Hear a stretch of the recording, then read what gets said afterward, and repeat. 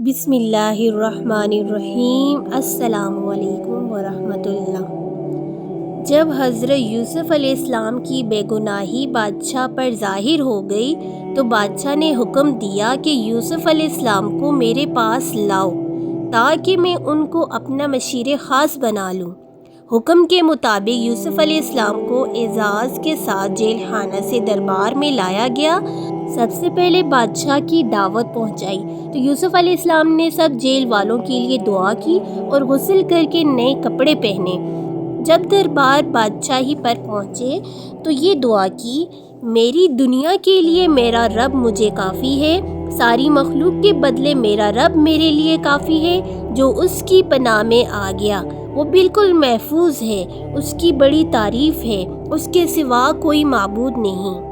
جب دربار میں پہنچے تو پھر اللہ تعالیٰ کی طرف سے رجوع ہو کر اسی طرح دعا کی، عربی زبان میں سلام کیا، السلام علیکم ورحمۃ اللہ، اور بادشاہ کے لیے دعا عبرانی زبان میں کی۔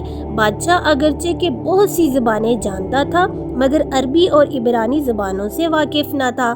بادشاہ نے یوسف علیہ السلام سے مختلف زبانوں میں باتیں کی۔ یوسف علیہ السلام نے بادشاہ کو اسی زبان میں جواب دیا اور عربی اور عبرانی کی 2 زبانیں مزید سنائی۔ یوسف علیہ السلام نے پہلے اس کے خواب کی ایسی تفصیلات بتائیں جو اب تک بادشاہ نے کسی سے ذکر نہیں کی تھی، پھر تعبیر بتلائی۔ شاہ مصر نے کہا کہ مجھے تعبیر سے زیادہ اس پر حیرت ہے کہ یہ تفصیلات آپ کو کیسے معلوم ہوئی ہیں۔ اس کے بعد شاہ مصر نے مشورہ طلب کیا کہ مجھے اب کیا کرنا چاہیے، تو یوسف علیہ السلام نے مشورہ دیا کہ پہلے 7 سال جن میں خوب بارش ہونے والی ہے ان میں آپ زیادہ سے زیادہ کاشت کرا کر غلہ اگانے کا انتظام کر لیں اور سب لوگوں کو ہدایت کریں کہ اپنی زمینوں میں زیادہ سے زیادہ کاشت کریں اور جتنا غلہ حاصل ہو اس میں سے 5واں حصہ اپنے پاس ذخیرہ کرتے رہیں۔ اسی طرح اہل مصر کے پاس قحط کے 7 سالوں کے لیے بھی ذخیرہ جمع ہو جائے گا اور ان کی طرف سے آپ بے فکر ہوں گے۔ حکومت کو جس قدر غلہ سرکاری محاصل سے یا سرکاری زمینوں سے حاصل ہوا اس کو باہر کے لوگوں کے لیے جمع رکھیں، کیونکہ یہ قحط دور دراز تک پھیلے گا۔ باہر کے لوگ اس وقت آپ کے محتاج ہوں گے، اس وقت آپ غلہ دے کر خلق خدا کی امداد کر دیں اور معمولی قیمت بھی رکھیں گے تو سرکاری خزانے میں اتنا مال جمع ہو جائے گا جو اس سے پہلے کبھی نہیں ہوا۔ شاہ مصر اس مشورے سے بے حد مسرور و مطمئن ہوئے مگر کہنے لگے کہ اس عظیم منصوبہ کا انتظام کیسے ہوا اور کون کرے۔ اس پر یوسف علیہ السلام نے فرمایا کہ ملک کے خزانے آپ میرے سپرد کر دیں، میں ان کی حفاظت بھی کر سکتا ہوں اور خرچ کرنے کے مواقع اور مقدار خرچ کے اندازے سے بھی پورا واقف ہوں۔ شاہ مصر نے اگرچہ کہ یوسف علیہ السلام کے کمالات اور ان کی دیانت اور عقل کامل کا پورا معتقد ہو چکا تھا مگر اس نے وزارت خزانہ کا منصب فوراً یوسف علیہ السلام کے سپرد نہیں کیا بلکہ 1 سال تک معزز مہمان کی طرح رکھا۔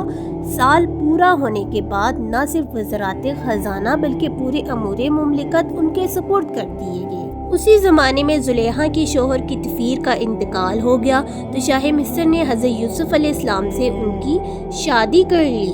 اس وقت یوسف علیہ السلام نے فرمایا کہ کیا یہ صورت اس سے بہتر نہیں ہے کہ جو تم چاہتی تھی؟ زلیخا نے اعتراف قصور کے ساتھ اپنا عذر بیان کیا اور حضرت یوسف علیہ السلام نے امور سلطنت کو ایسا سنبھالا کہ کسی کی کوئی شکایت باقی نہ رہی۔ سارا ملک آپ کا گرویدہ ہو گیا، پورے ملک میں امن اور خوشحالی عام ہو گئی۔ جب حضرت یوسف علیہ السلام کے زمانے میں قحط شروع ہوا تو یوسف علیہ السلام نے پیٹ بھر کر کھانا چھوڑ دیا۔ لوگوں نے کہا کہ ملک مصر کے سارے خزانے آپ کے قبضے میں ہیں اور آپ بھوکے رہتے ہیں، تو فرمایا میں اس لیے کرتا ہوں تاکہ عام لوگوں کی بھوک کا احساس میرے دل سے غائب نہ ہو، اور شاہی باورچیوں کو حکم دے دیا کہ دن میں صرف 1 مرتبہ دوپہر کو کھانا پکا کرے تاکہ شاہی محل کے سب افراد بھی عوام کی بھوک میں کچھ حصہ لے سکیں۔ جب عام قحط شروع ہو گیا تو دور دراز سے لوگ غلے کے لیے مصر آنے لگے۔ یوسف علیہ السلام نے ایک خاص انداز سے غلہ فروخت کرنا شروع کیا اور ایک شخص کو 1 اونٹ کے بوجھ سے زیادہ نہ دیتے تھے، جس کی مقدار امام قرطبی رحمہ اللہ نے ایک وثق بیان کی ہے۔ اور ادھر یعقوب علیہ السلام کے خاندان میں بے چینی پیدا ہو گئی، ساتھ ساتھ مصر کی یہ شہرت بھی عام ہو گئی۔ وہاں غلہ قیمتاً مل جاتا ہے اور وہاں کا بادشاہ نہایت ہی صالح اور رحم دل آدمی ہے۔ حضرت یعقوب علیہ السلام نے اپنے بیٹوں سے کہا کہ تم بھی جاؤ اور مصر سے غلہ لے کر آؤ، چونکہ یہ بھی معلوم ہو چکا تھا کہ ایک آدمی کو ایک اونٹ کے بار سے زیادہ غلہ نہیں دیا جاتا، اس لیے سب ہی صاحبزادوں کو بھیجنے کی تجویز ہوئی، مگر سب سے چھوٹے بھائی بنیامین جو حضرت یوسف علیہ السلام کے حقیقی بھائی تھے اور حضرت یوسف علیہ السلام کی گمشدگی کے بعد سے حضرت یعقوب علیہ السلام کی محبت و شفقت ان سے زیادہ متعلق ہو گئی تھی، ان کو اپنے پاس اپنی تسلی اور خبرگیری کے لیے روک لیا تھا۔ 10 بھائی کنعان سے سفر کر کے مصر پہنچے۔ یوسف علیہ السلام شاہی لباس میں شاہانہ تخت و تاج کے مالک ہونے کی حیثیت سے سامنے آئے اور بھائیوں نے ان کو بچپن کی 7 سالہ عمر قافلے والوں کے ہاتھ بیچا تھا، جس کو اس وقت حضرت عبداللہ بن عباس کی روایت کے مطابق 40 سال ہو چکے تھے۔ اس لیے بھائیوں نے حضرت یوسف علیہ السلام کو نہ پہچانا، مگر یوسف علیہ السلام نے ان کو پہچان لیا تھا۔ جب یہ 10 بھائی دربار میں پہنچے تو یوسف علیہ السلام نے مزید اطمینان کے لیے ان سے ایسے سوالات کیے جیسے مشتبہ لوگوں سے کیے جاتے ہیں، تاکہ وہ پوری حقیقت کھول کر بیان کر دیں۔ اول تو ان سے پوچھا کہ آپ لوگ مصر کے رہنے والے نہیں ہیں، آپ کی زبان بھی عبرانی ہے، آپ یہاں کیسے پہنچے؟ انہوں نے عرض کیا، ہمارے ملک میں قحط عظیم ہے اور ہم نے آپ کی تعریف سنی ہے، اس لیے غلہ حاصل کرنے کے لیے آئے ہیں۔ یوسف علیہ السلام نے پھر پوچھا کہ ہمیں یہ کیسے اطمینان ہو کہ تم سچ کہہ رہے ہو اور تم کسی دشمن کے جاسوس نہیں ہو؟ اور ان سب بھائیوں نے عرض کیا کہ معاذ اللہ، اللہ کی پناہ، ہم سے ایسا ہرگز نہیں ہو سکتا، تو اللہ کے رسول یعقوب علیہ السلام کے بیٹے ہیں جو کنعان میں رہتے ہیں۔ یوسف علیہ السلام نے دریافت کیا کہ تمہارے والد کی اور بھی کوئی اولاد تمہارے سوا ہے؟ انہوں نے بتایا، ہم 12 بھائی تھے، جن میں سے ایک چھوٹا بھائی جنگل میں گم ہو گیا اور ہمارے والد کو سب سے زیادہ اسی سے محبت تھی۔ اس کے بعد سے اس کے چھوٹے بھائی کے ساتھ زیادہ محبت کرنے لگے، اس لیے اس وقت بھی اس کو سفر میں ہمارے ساتھ نہیں بھیجا تاکہ وہ ان کی تسلی کا سبب بنے۔ یوسف علیہ السلام نے یہ سب باتیں سن کر حکم دیا کہ ان کو شاہی مہمان کی حیثیت سے ٹھہرائیں اور قاعدے کے موافق غلہ دے دیں۔ اب رخصت کرتے وقت بھائیوں سے یہ کہا کہ جب تم دوبارہ آنا تو اپنے ستیلے بھائی کو بھی ساتھ لے کر آنا۔ تم دیکھ رہے ہو کہ میں کس طرح پورا غلہ دیتا ہوں اور کس طرح مہمانی کرتا ہوں۔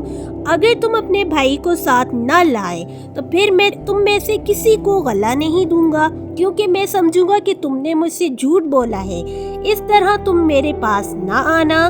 پھر جاتے ہوئے اپنے کارندوں کو حکم دیا کہ ان کے پیسے اور قیمت جو انہوں نے ادا کی ہے ان کے غلے کے اندر اس طرح رکھ دو کہ اس وقت ان کو پتہ ہی نہ چلے، تاکہ جب گھر یہ پہنچیں گے اور سامان کھولیں گے اپنا نقد و وزیر بھی ان کو واپس ملے تو یہ پھر دوبارہ لینے کے لیے آ سکیں۔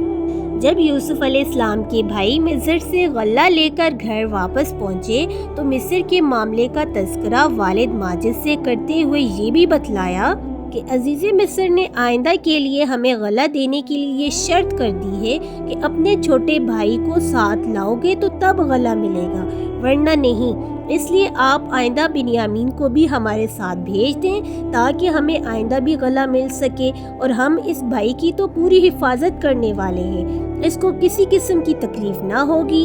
یعقوب علیہ السلام نے فرمایا کہ کیا اس کے بارے میں تم پر ایسا بھی اطمینان کروں جیسے اس سے پہلے کے بھائی یوسف کے بارے میں کیا تھا؟ یعنی میں تمہاری بات کا اعتبار نہیں کرتا۔ پھر فرمایا، میں تو اللہ ہی پر بھروسہ کروں گا، وہی بہتر حفاظت کرنے والا ہے۔ ابھی یوسف علیہ السلام کے بھائیوں کی سفر مصر کے متعلق یہ گفتگو ہو رہی تھی کہ ابھی تک اپنا سامان نہ کھولا تھا۔ اس کے بعد جب سامان کھولا اور دیکھا کہ ان کی وہ پونجی جو غلے کی قیمت میں ادا کر کے آئے تھے وہ بھی سامان کے اندر موجود ہے، تو اس وقت انہوں نے یہ محسوس کیا یہ کام بھول کر نہیں ہوا، بلکہ قصداً ہماری پونجی ہمیں واپس کر دی گئی ہے۔ اور پھر والد محترم سے عرض کیا کہ اور ہمیں کیا چاہیے کہ غلہ بھی آ گیا، اس کی قیمت بھی واپس مل گئی۔ اب تو ہمیں ضرور دوبارہ اپنے بھائی کو ساتھ لے کر اطمینان سے جانا چاہیے، کیونکہ اس معاملے سے معلوم ہوا کہ عزیز مصر ہم پر بہت مہربان ہے۔ اس لیے کوئی اندیشہ نہیں کہ ہم اپنے خاندان کے لیے غلہ لائیں اور بھائی کو بھی حفاظت سے رکھیں۔ بھائی کے حصے کا غلہ مزید مل جائے، کیونکہ ہم جو کچھ لائے ہیں یہ تو ہمارے اخراجات کے مقابلے میں بہت تھوڑا ہے، چند روز ختم ہو جائے گا۔ والد محترم نے یہ سب باتیں سن کر جواب دیا کہ میں بنیامین کو تمہارے ساتھ اس وقت تک نہ بھیجوں گا جب تک تم اللہ تعالیٰ کی قسم اور یہ عہد و پیمان مجھے نہ دے دو کہ تم اس کو ضرور اپنے ساتھ واپس لاؤ گے، بجز اس صورت کے کہ تم سب ہی ہلاک ہو جاؤ گے یا تم سب بالکل عاجز اور مغلوب ہو جاؤ۔ جب صاحبزادوں نے قسمیں کھائیں اور والد کو اطمینان دلانے کے لیے عہد و پیمان کیے تو یعقوب علیہ السلام نے بیٹوں کو مصر کی طرف رخصت کرنے سے پہلے چند ہدایات دی کہ پہلی ہدایت یہ کی کہ تم 11 بھائی اب مصر جا رہے ہو تو شہر کے ایک ہی دروازے سے سب داخل نہ ہونا بلکہ شہر کے مختلف دروازوں سے داخل ہونا۔ اس کی وجہ علماء نے یہ بتائی ہے کہ سب بھائی نوجوان اور ماشاءاللہ صحت مند، قد و آور اور صاحب جمال اور صاحب وجاہت والے تھے۔ ایسا نہ ہو کہ کسی کی نظر لگ جائے جس سے ان کو کوئی تکلیف پہنچے اور لوگ ان سے حسد کرنے لگ جائے۔